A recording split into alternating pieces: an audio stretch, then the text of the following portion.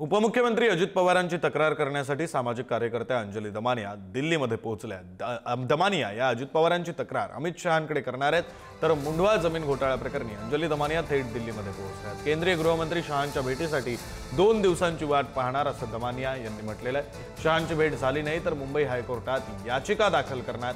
21 kilo कागदपत्र घेऊन दमानिया दिल्लीमध्ये पोहोचल्या। पवार जमीन घोटाळा आता राजधानी दिल्लीपर्यंत पोहोचलेला आहे। सामाजिक कार्यकर्त्या अंजली दमानिया या राजधानी दिल्लीमध्ये दाखल झालेल्या आहेत। 21 किलोची बॅग आहे, त्याच्यामध्ये 19 किलो अजित पवार यांच्या घोटाळ्याचे कागदपत्र आहेत। खरं तर या अगोदर देखील अजित पवार यांच्या घोटाळ्याचे गाडीभर कागदपत्र पाहायला मिळाले होते, मात्र जे गाडीभर दाखवणारे होते ते आता सध्या सत्तेत आहेत। त्यामुळे अंजली दमानिया ह्या राज्यातील विरोधी पक्ष नेत्यांचं काम करतायत आणि अमित शहांची भेट घेण्यासाठी आलाय।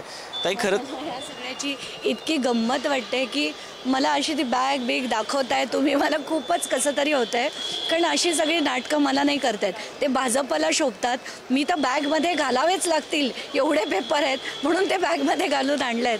पण गमतीत एका पत्रकारांशी बोलताना मी सांगितलं, अगं 21 कोटीची बॅग आहे, आता सगळ्याच माध्यमांनी चालवलं आहे।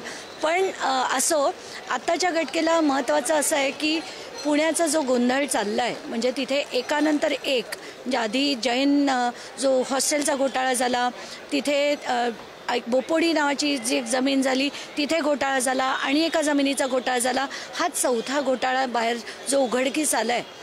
आपण बघतोय की सरकारी जमिनी, कॉन्ट्रोवर्शियल जमिनी सगळे हे राजकारणी खात आहेत, गायरान जमिनी खात आहेत, गरीब शेतकऱ्यांच्या जमिनी खात आहेत।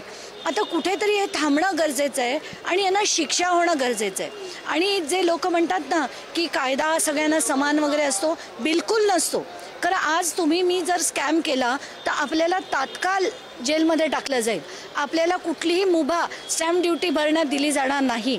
पण ह्या लोकांना 3 वेळा MID आला, स्टॅम्प ड्युटीची मुभा दिली, पारचं अजूनही 22 दिवस झाले, नाव देखील आलेलं नाही आहे FIR मध्ये। त्यानंतर आता ही जी खारगे समिती आहे त्यांनी अगदी शीतल तेजवानीसारख्या व्यक्तीला, जी तिने खरंच घाबरून पहिल्याच दिवशी हजर होणं गरजेचं होतं, तिला 2 समन देऊन ती बाई येत नाही। काय फ्रॉड, म्हणजे कसलं चालली आहे चौकशी तेच कळत आहे। जे बैलगाडीवर पुरावे घेतलेत ना, त्यातली अर्धी बैलगाडी फडणवीसांना मी तेव्हा दिली होती। आणि हा पूर्ण जो महाराष्ट्रातला सिंचन घोटाळा होता तेव्हा तो काढला होता। एवढंच नाही तर त्याच्यानंतर बऱ्याच साखर कारखान्यांचे विषयसुद्धा मी लढले होते। तर गिरणा साखर कारखाना आहे, कन्नड साखर कारखाना आहे, असे बरेच, इव्हन जालना साखर कारखाना आहे। तर आत्ताच्या घटकेला मला असं वाटतं या सगळ्यांना ना वळणीवर आणायची गरज आहे आणि त्यासाठी हा जो कायदा सगळ्यांना समान असतो आता हे भाजपनी दाखवावं। व्हिडिओ जर्नलिस्ट अनिल कपूरसह शिवाजी काळे, पुढारी न्यूज, दिल्ली।